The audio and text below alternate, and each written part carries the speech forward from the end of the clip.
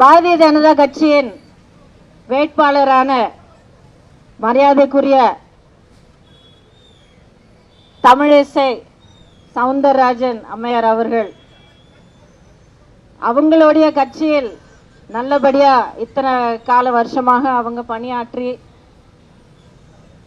நல்ல தன்னை ப்ரூவ் பண்ணிக்கிட்ட பிறகு கடந்த தேர்தலுக்கு அப்புறம் அவங்கள மாநிலத்தினுடைய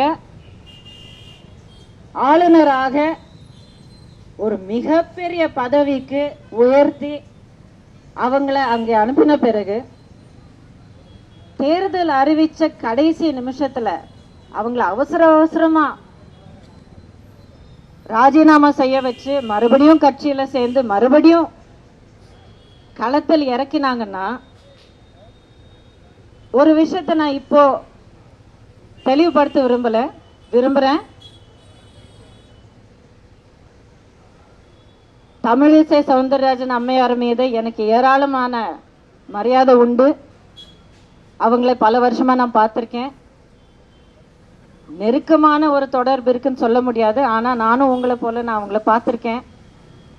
ஒரு பெண்ணாக இருந்து துணிச்சலாக நிறைய சாதிச்சிருக்காங்க.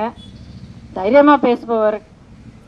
ஆனால் இந்த பேச்சு நான் உங்ககிட்ட சொல்ல போற பேச்சு, பகிர்ந்துக்க விரும்புற பேச்சு அவங்கள பத்தினது இல்லை. கடந்த 1.5 வருஷமா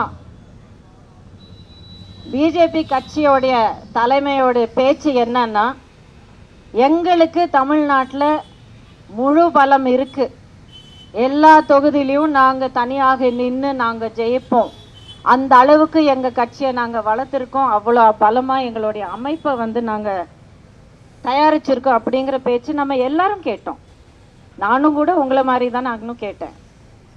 அப்படி இருக்கும் பட்சத்தில் இப்போ தேர்தல் அறிவிச்ச பிறகு வெறும் 13 தொகுதிகளா, வெறும் 13 தொகுதிகளை நினைக்கிறேன், 20 தொகுதிகளில் வேட்பாளரை நிற்க வைக்கிறதுக்கு கஷ்டப்பட்டது. அதுக்காகவே ஆளுநராக செயல்படுற ஒரு மூத்த தலைவரை திரும்ப கொண்டு வர வேண்டிய ஒரு நிலைமை இருந்தது. இது எல்லாமே நான் திரும்ப சொல்றேன், யாரையும் கொச்சப்படுத்துறதுக்காக இல்லை. ஒரு கட்டாயத்துல சில முடிவுகள் எடுக்க வேண்டிய இருக்கும்.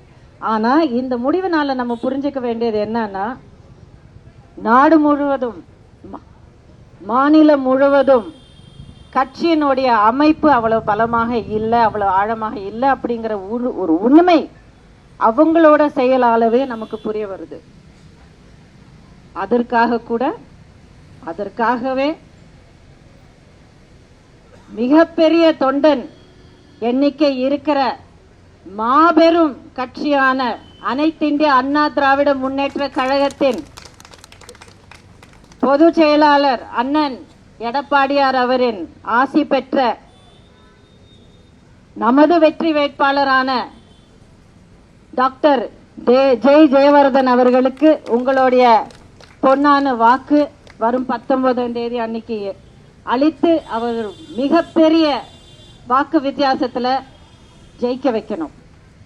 இந்த வெற்றி உங்களுக்கான வெற்றியாக இருக்கும், தமிழ்நாட்டுக்கான வெற்றியாக இருக்கும். செய்திகளை உடனுக்குடனும் துல்லியமாகவும் தெரிந்து கொள்ள சப்ஸ்கிரைப் பண்ணுங்க.